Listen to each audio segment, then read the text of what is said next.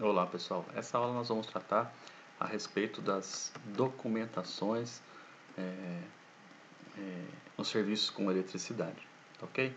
É outra aula também que tem bastante conteúdo e para a aula não ficar muito maçante eu vou ser bem rápido e sucinto e depois você pode ter as informações mais precisas, mais detalhadas na apostila do curso que está lá na plataforma de ensino, ok?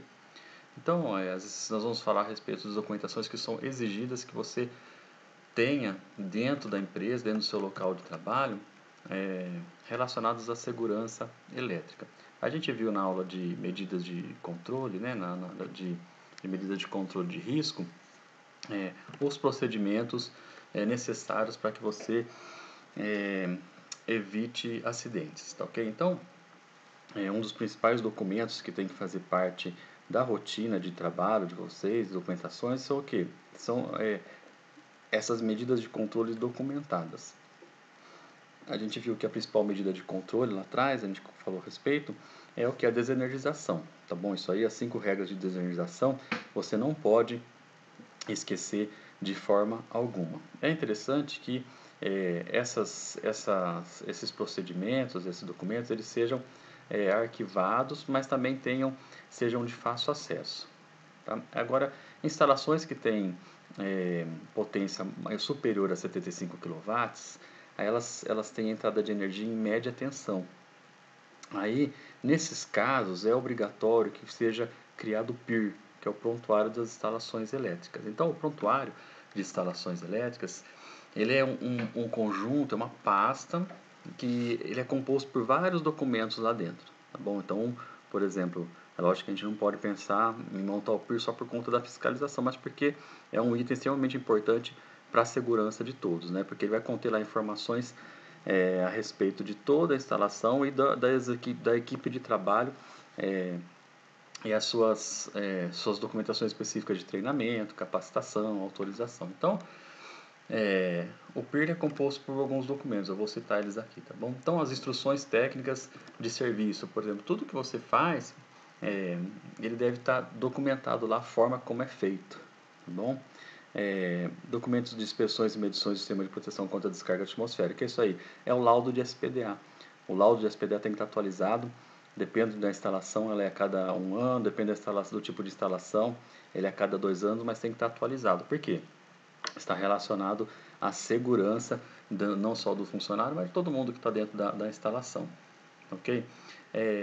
Especificação dos EPIs e EPC. Todo EPI e EPC que é comprado para os funcionários, eles têm que estar listados lá no prontuário de instalações, no prontuário de instalações elétricas. Por quê? Porque você controla a validade deles, o CA, se se ele foi, se ele está dentro da validade, não sei se você sabe, mas o CA do equipamento de proteção, às vezes ele expira a validade dele lá no fabricante. O fabricante que ele tem a obrigação de estar renovando o CA. E se você for passar por uma auditoria e tiver CAs vencido, a empresa ela é notificada, ok? Então é extremamente importante controlar os equipamentos de proteção que estão sendo usados na sua empresa, sendo usados por você, e com relação às datas de vencimento do CA, e também é lógico que controlar a periodicidade de entrega de equipamento, para você poder estar fazendo a substituição.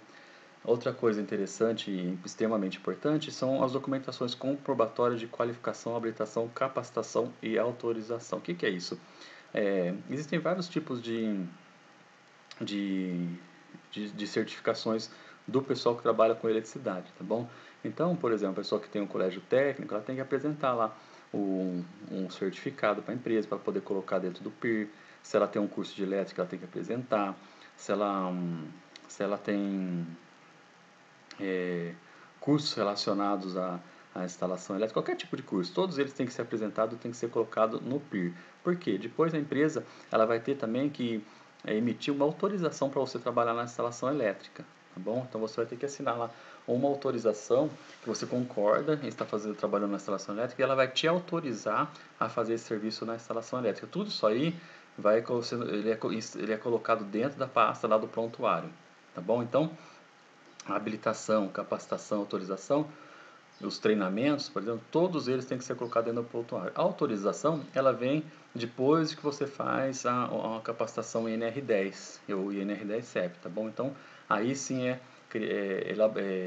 emitido a autorização para o trabalho nas instalações elétricas. Por que precisa da autorização? Porque, de repente, um funcionário que queira trabalhar, fazer algum serviço na instalação elétrica, mas ele não tem preparo, então a empresa não dá a sua autorização para ele, ou seja, ele não tem autorização para mexer na instalação elétrica, tá bom? Eu já participei de algumas assistências técnicas periciais, onde o funcionário foi solicitar periculosidade, por exemplo, só que ele não tinha autorização para trabalhar na instalação elétrica e ele perdeu o processo por conta disso. Por quê? Se você não tem autorização, você não pode manusear, tá intervindo nas instalações elétricas, tá bom? Resultados de teste de isolação elétrica, os equipamentos de segurança do trabalho relacionados à eletricidade, todos eles têm que ser feito teste de resistividade, tá bom? Tem que ser laudado. Quando você compra o equipamento, ele já vem testado, né? Claro, porque o fabricante ele fornece o seu equipamento isolado. Depois de um tempo, um ano, esses equipamentos eles têm que ser revisados a sua isolação, então a sua resistividade, porque no decorrer de um ano pode ter acontecido alguma coisa que prejudicou o equipamento ou danificou, então ele tem que ser laudado outra vez, tá ok? Certificações e materiais elétricos em áreas classificadas, quando é o caso de você ter trabalhos em área classificada, também é obrigatório fazer um teste de certificações específicas.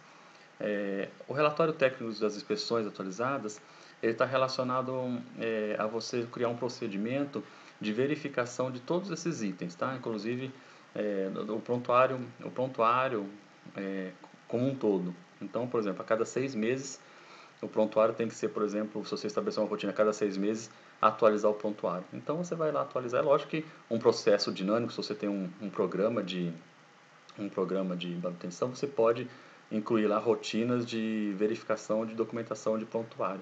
Mas se você não tem, você pode estabelecer a cada 6 meses, fazer um levantamento do prontuário para atualizar as informações. Outros itens importantes e necessários no, no, no PIR são o quê? Descrição de procedimentos de emergência. Tem que existir um planejamento de emergência para atividade com instalações elétricas.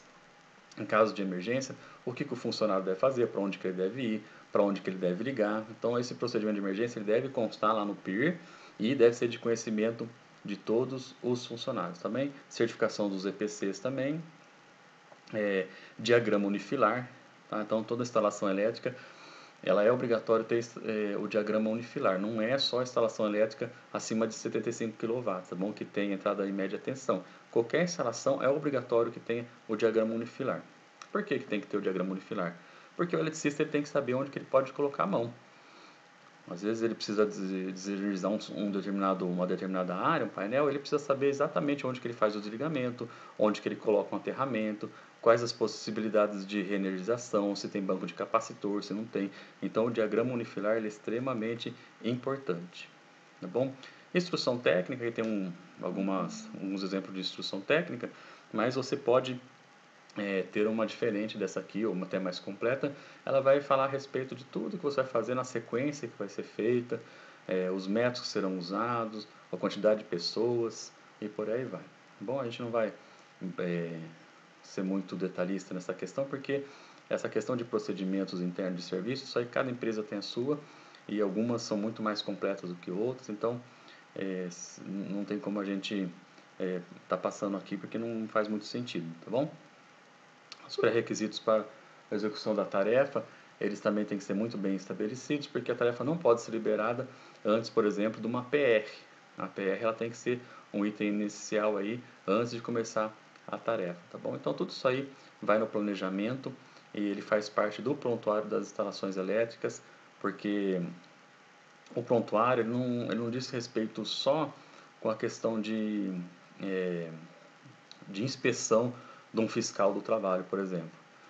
O prontuário está relacionado a você ter um conjunto de documentos em que você cria um ambiente seguro para o trabalhador.